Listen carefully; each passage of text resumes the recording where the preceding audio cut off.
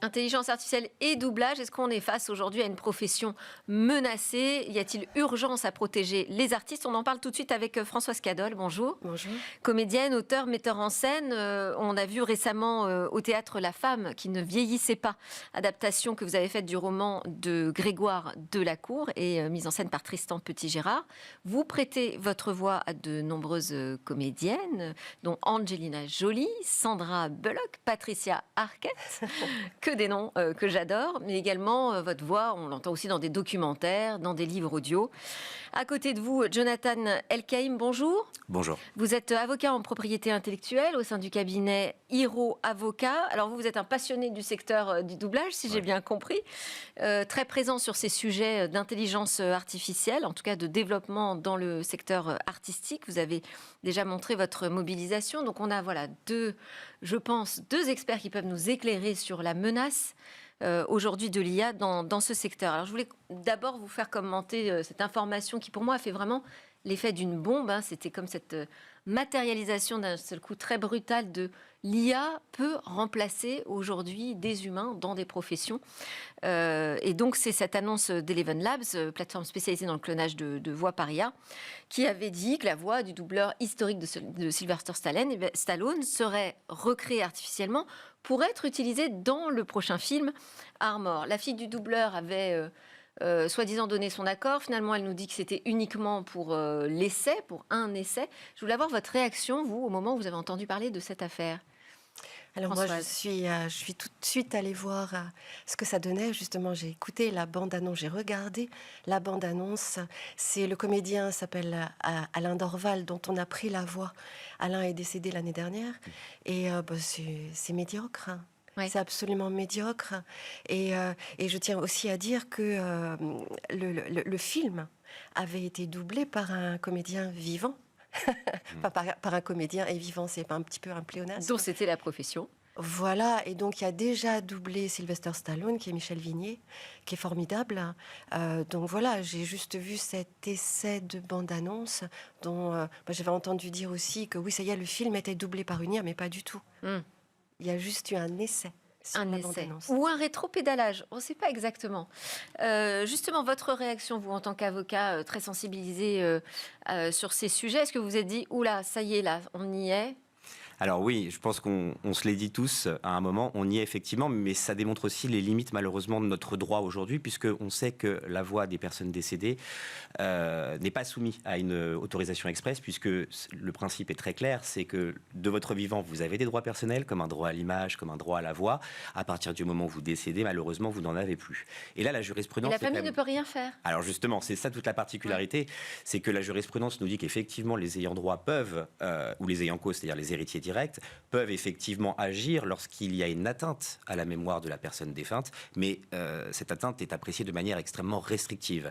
Donc ce qui fait qu'en réalité, on permet généralement un usage un petit peu libre de la voix ou de l'image d'une personne décédée, mais pour les besoins quand même, on demande l'autorisation de ses ayants droit, et on s'aperçoit également des limites que cela peut générer, puisque, à en croire en tous les cas ce que disait Aurore Berger et sa mère, il s'agissait d'un essai, et uniquement d'un essai, pour voir effectivement, pour rendre, entre guillemets, justice à tous les fans de Monsieur Alain Dorval, et leur montrer effectivement que, dans le cadre d'une éternité artistique, nous pourrions un petit peu essayer de recréer cette magie, mais on voit bien, et Françoise l'a très bien rappelé, qu'artistiquement, on n'y est absolument pas. Ouais, c'est pas tellement un bel hommage, quoi, finalement. Pas du tout. Mais donc cette limite technologique que vous constatez, ça vous rassure ou pas totalement? On reste vigilant, voilà. Je sais que ça va aller très vite, ça va très vite. Les mouvements des lèvres, tout ça, ça va le faire. Oui. Et ça le fait déjà. Maintenant, l'émotion, ce petit supplément d'âme qu'il y a. Nous, on travaille, si vous voulez, quand on double un comédien à l'image, fatalement, c'est avec notre sensibilité, notre mémoire, notre expérience, il y a une empathie. Vous voyez, il y a un frisson, il y a tout ça. Justement, on parle souvent de la qualité du doublage français. Qu'est-ce qu'il a de particulier? Qu'est-ce qu'il apporte de plus?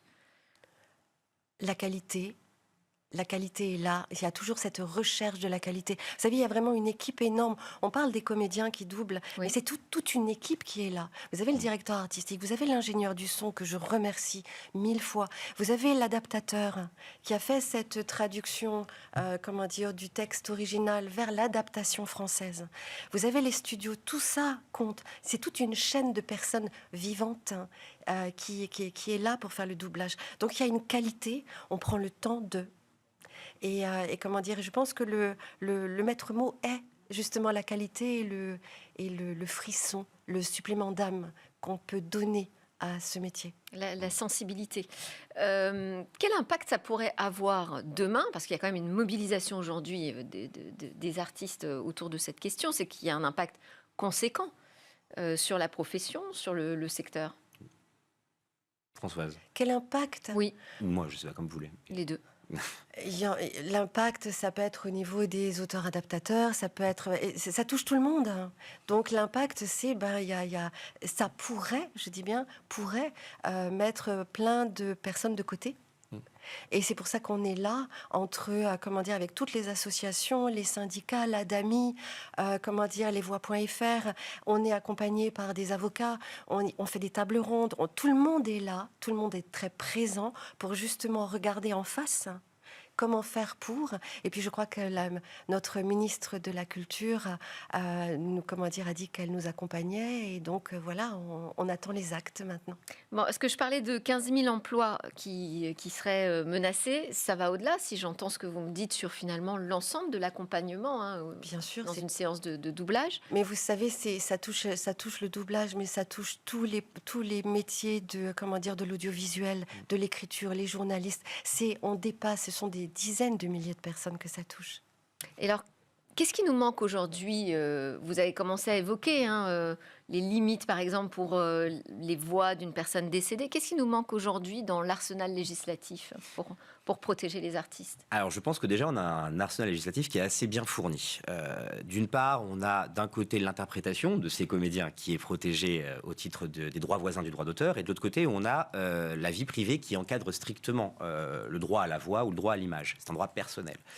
Donc, vous avez le RGPD qui est aussi présent et qui aujourd'hui constitue le fer de lance, vraiment de la défense de la voix en tant que telle, stricto sensu. En tant que donnée personnelle? Exactement, c'est une donnée personnelle biométrique, donc dite sensible aussi, donc qui est soumise à un régime très particulier. Je ne peux pas utiliser votre voix, ni celle de Françoise pour mon bon plaisir.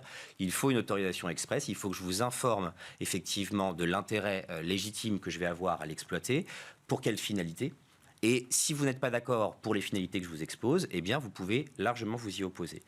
Et je crois qu'aujourd'hui, le RGPD est devenu un petit peu la défense vraiment par excellence, et à tel point d'ailleurs que le Conseil supérieur de la propriété littéraire et artistique s'est emparé aussi de ce sujet, puisque notre ministre de la Culture l'a dépêché fin d'année pour nous rédiger un rapport sur l'impact de l'intelligence artificielle au sein, effectivement, du milieu artistique, mais également plus loin, puisque ça concerne effectivement les comédiens aujourd'hui, mais demain ça nous concernera tous, vous comme moi.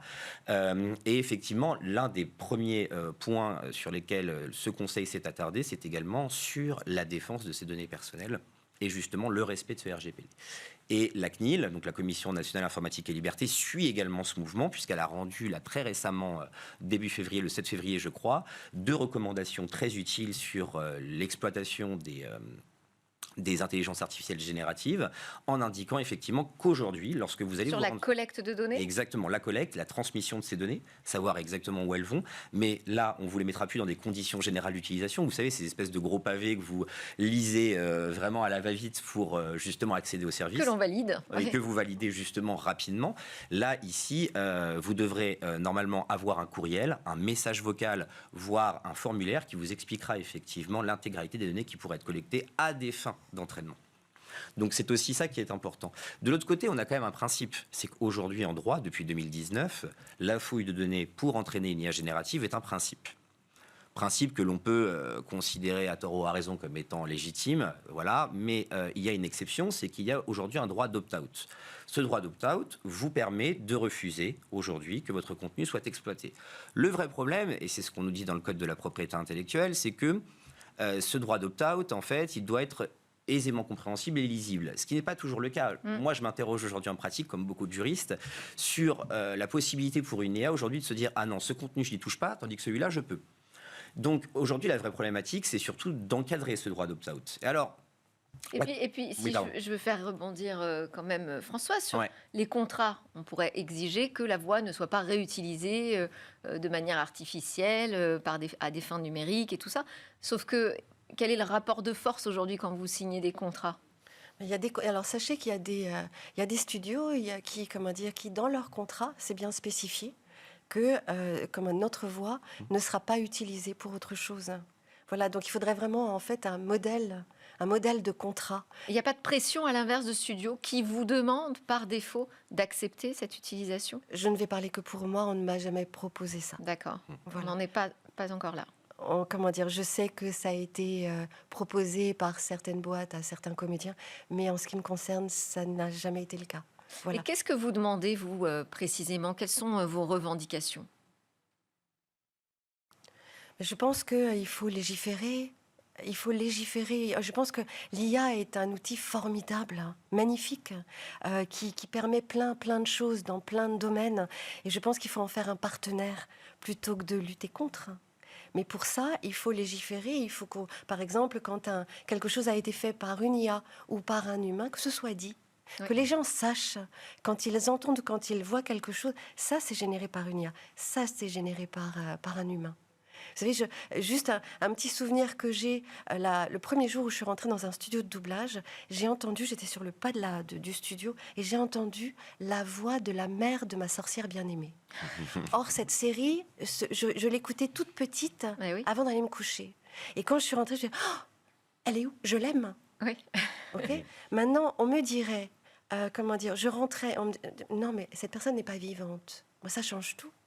Je peux pas aller boire un café avec elle. Vous voyez ce que je veux dire ? Il y a tout un lien, il y a quelque chose d'intime. Et la voix réelle est intime. On voit bien, il y a tellement de gens qui nous accompagnent, qui nous aiment, qui nous demandent, avec lesquels on parle. Il y a un vrai besoin. Il y a cette intimité-là ne peut pas être remplacée. Cette complicité, pardon. Il y aura sans doute des secteurs, on citait par exemple la publicité, où là, ça peut s'accélérer, peut-être poser moins de problèmes, mais ça fait quand même un impact économique important. D'un autre côté, je voulais aussi vous faire réagir, parce que je ne sais pas si vous défendez aussi des studios, ou si vous travaillez des deux côtés, du côté des artistes et du côté des maisons de production, mais elles affichent aussi des problématiques de coûts, et l'IA fait faire des économies, visiblement. Alors pour répondre à votre question, effectivement, lorsqu'on a le plaisir de travailler aussi avec, par exemple, des boîtes qui travaillent dans la publicité ou des sociétés de production, je crois que le problème est pris très au sérieux, au contraire. C'est pour ça aussi que je voudrais profiter de ce temps d'antenne pour alerter aussi peut-être les téléspectateurs sur le fait que les acteurs de ce métier, avec un grand A, sont très sensibilisés aussi, en tout cas pour partie, en tous les cas ceux que j'ai eu le plaisir de fréquenter, sur le sort du clonage des voix et notamment aussi de conserver une certaine identité vocale et une authenticité dans les publicités. Et nous avons eu aussi le plaisir de pouvoir consulter certaines autorisations, certains projets, puisque des sociétés viennent nous voir en disant « Écoutez, voilà, on serait intéressé par la voix d'un tel ou un tel. Nous avons aujourd'hui un projet d'autorisation. Qu'est-ce que vous en pensez ? Quelles seraient les limites ? Qu'est-ce que nous pourrions faire aujourd'hui ?» Voilà, pour donner de la confiance aussi. Oui. Parce qu'aujourd'hui, il y a une vérité d'évidence, c'est que, et je parle peut-être aussi pour toi, Françoise, mais aujourd'hui, quand vous avez besoin pour une publicité de refaire ne serait-ce qu'un enregistrement pour changer un prix, une virgule ou quelque chose. Bon, un comédien n'est pas toujours disponible, ils sont toujours par Mons et par Vaux. C'est quand même peut-être un peu plus facile de le payer, évidemment, et en lui disant, bah voilà, je t'enregistre là et je réutilise ta voix, je la clone effectivement pour pouvoir refaire simplement cette boucle-là, d'accord ? Et uniquement cette boucle-là, il n'y aura plus d'exploitation ensuite, plutôt que de le refaire revenir, de perdre du temps et effectivement, dans ce cas-là, d'accroître un petit peu les difficultés. Là, dans ce cas précis, l'intelligence artificielle peut trouver toute son utilité. La vraie difficulté qu'on a par contre, c'est qu'aujourd'hui, on n'a pas de sécurisation très claire sur la conservation et l'hébergement des données. Eh oui. Eleven Labs, aujourd'hui, par exemple, qui est un petit peu l'ennemi numéro 1 à la suite de l'affaire Dorval, si vous voulez, elle est utilisée par beaucoup de sociétés qui, en toute confiance, commencent à parler avec elle. Et effectivement, lorsqu'on entend ce nom, en tant que juriste, on met un peu le frein en disant, écoutez, non, puisqu'il n'y a pas de garantie. Et c'est pour ça que c'est une transition aussi toute trouvée, c'est que la Commission européenne, là récemment, a fait un appel d'offres pour créer une espèce d'énorme registre qui doit normalement se terminer fin février, pour permettre justement de garantir le fameux opt-out dont je vous parlais tout à l'heure, et de lister effectivement celui-ci, afin de garantir que bien, voilà, les personnes qui ont consenti ou non à ce que leur voix puisse être réexploitée, par exemple, eh bien, soient dans ce fameux registre. Donc ça peut être important, si vous voulez, derrière, d'apporter une espèce de garantie européenne, en tous les cas, sur l'usage qu'on pourra faire et le respect du RGPD qui sera ensuite accordé. Donc on a toutes les lois nécessaires aujourd'hui pour encadrer ces usages, mais le diable se cache dans les détails. Va falloir quand même mieux préciser les choses. Vous le disiez d'ailleurs, Françoise, l'IA, c'est un outil formidable. Voilà, on n'est pas contre par principe. Il faut aussi travailler avec, parce que c'est comment la profession peut s'emparer aussi c'est cette question peut-être qui va se poser, de cet outil pour elle-même. Il y a beaucoup de travail qui est fait par rapport à ça. Il y a, comme je vous disais, il y a des tables rondes, il y a des AG. Tout le monde en parle. Il faut de la transparence et légiférer. Voilà, et ça se fait à plusieurs. Mais il faut vraiment, je pense pas, il faut, mais que l'IA soit un partenaire et même nous aide à justement à faire tout ça, à poser tout ça, à faire un cadre. Pourquoi pas? Il y a des comédiens aujourd'hui qui prêtent leur voix pour entraîner des IA. Comment vous regardez ça? Pas de commentaires. No comment. Après, il y a une liberté contractuelle. Je ne pense pas que ce soit à nous de juger cela. Chacun fait comme il l'entend. L'important, nous, ce qu'on voudrait, je pense, c'est que surtout qu'il y ait une IA qui soit vraiment régulée et qui préserve ce magnifique travail qui est celui du doublage. Je pense que c'est vraiment ça le plus important. Donc il y a une mobilisation. Touche pas à ma VF. Tout à fait. Aujourd'hui, elle rassemble combien de personnes? Vous avez l'impression qu'il y a vraiment... Écoutez, il y a énormément de personnes. Dire là tout de suite, ça ne fait que bouger et que être évolutif. Donc voilà, tout le monde est là en tout cas. Et tout le monde avec sa sensibilité, tout le monde regarde dans la même direction. Et c'est ça qui est vraiment très bien. Il y a tout un groupe d'artistes qui est là. Eh ben, merci beaucoup, bravo aussi pour votre mobilisation. Merci Jonathan Elkaïm pour vos éclairages de Hiro Avocat, je le rappelle, et Françoise Cadol, donc comédienne et doubleuse, on dit doubleuse? Non, on dit comédien qui double, qui prête sa voix. Désolée. Je vous en prie. Merci encore à tous les deux. Merci. À suivre dans l'émission, c'est le rendez-vous des cryptos. On va regarder justement ce qui se passe du côté des règlements.